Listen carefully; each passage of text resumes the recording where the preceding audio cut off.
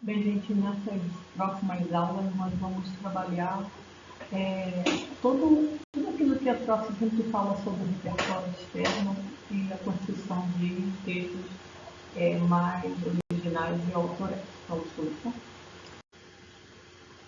Novamente. Sempre afirmei para vocês que um texto dissertativo argumentativo ele tem que ter o que? Repertório. E esse repertório ele tem que ser sólido, pertinente, produtivo e ser usado de uma maneira que o nosso texto ele fique com excelência e um embasamento de figuras que deem essa credibilidade para a gente. Vamos começar a estudar isso? O que seria um repertório? O que é um repertório dentro de um texto?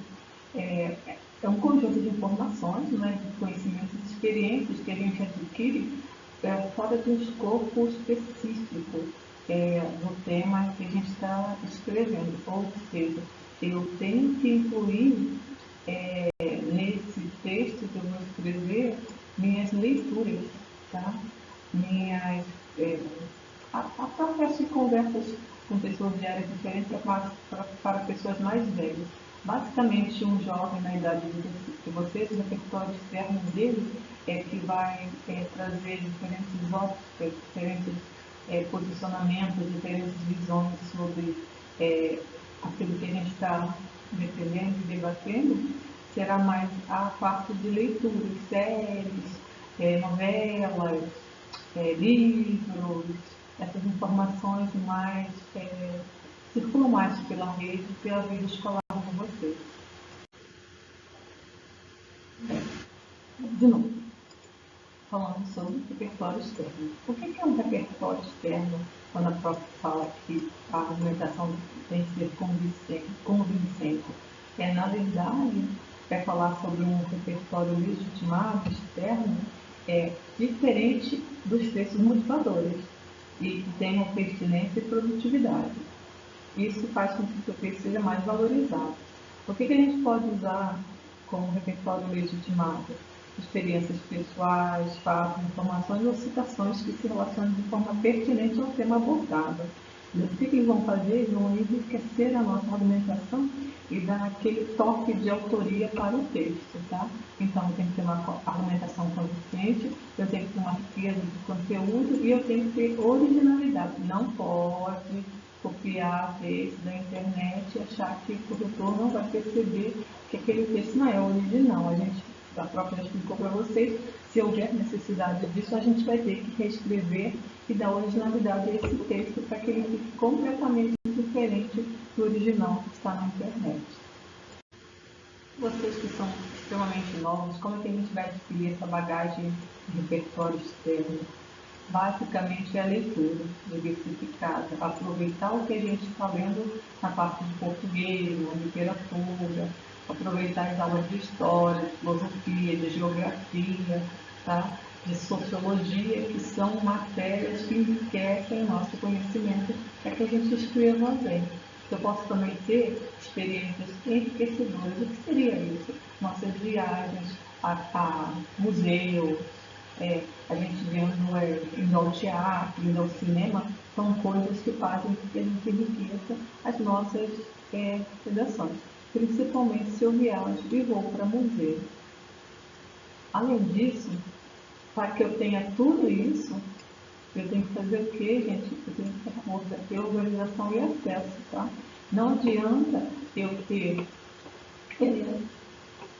ir para esses lugares, eu ter essas leituras e depois eu não ter anotações de preferência no caderno, de preferência em caderninhos que a gente vai começar a fazer repertório que a gente pode usar em qualquer texto. Um banquinho, um caderninho que vocês podem ter com informações pessoais, que a gente pode pegar e colocar. A gente vai trabalhar todos os pensadores, os filósofos, e eu vou escolher esse. Beleza? Aquilo que a professora falou. Fontes de inspiração para a gente, livros e revistas. Tá? Principalmente os que vocês estão lendo. Vocês que são dessa era mais informatizada, os podcasts que os vídeos, conversas e entrevistas. Entrevistas isso aí na internet, né?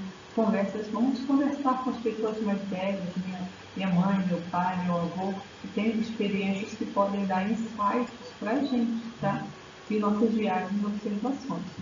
Principalmente se a gente tem viajado e a gente vai para museus. Eu posso usar uma tela, uma obra, um quadro famoso para eu colocar dentro de um texto e fazer com que ele fique um repertório pertinente, legitimado e original. Como é que a gente vai adquirir o nosso repertório externo? É o próprio Centro Perto, pede para que vocês façam anotações. A gente sempre tem que escolher 3 repertórios para a gente usar no nosso texto. Aonde, gente? Olha só falando, na introdução, no D1 e no D. Esse D ficou né? D2.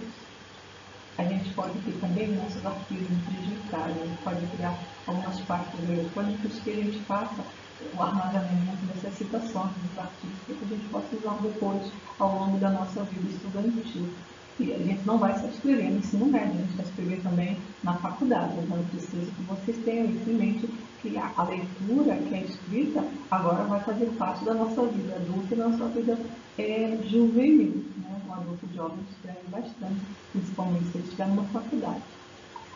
Banco de dados, a própria tem muitos bancos de dados, só que eu queria também que vocês levassem isso em consideração. Eu posso ter esses pequenos bancos de dados com as palavras-chave, tá? Filosofia, sociologia, história.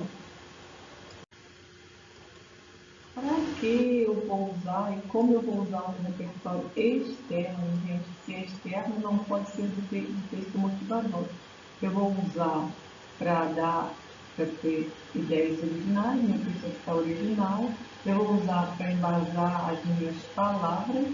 Eu vou usar para que eu tenha perspectivas diversas, para que eu aborde o tema de uma redação de diferentes ângulos e de riqueza de informações. E vou usar também para o quê? Para que eu tenha redações memoráveis, para que eu consiga pensar e tirar a famosa nota 1000 no Enem. Beleza? O nosso repertório externo tem que ser duradouro, ele tem que ser levado para a nossa vida escolar depois do colégio. Então eu tenho que ser curioso, eu tenho que prestar atenção nas aulas e focar no que o professor está falando. Eu tenho que ter uma rotina de aprendizado, não adianta ficar só lendo e não ter uma rotina diária de leitura, de pesquisa, de exploração de novos temas, tá? Eu tenho que fazer conexões significativas de pensar tal filósofo, pensar que tal fato da história pode ser usado numa redação, por exemplo, onde a gente iria usar o artigo 196 da Constituição, basicamente no eixo saúde. Tudo que for referente à saúde, a gente vai poder usar esse artigo.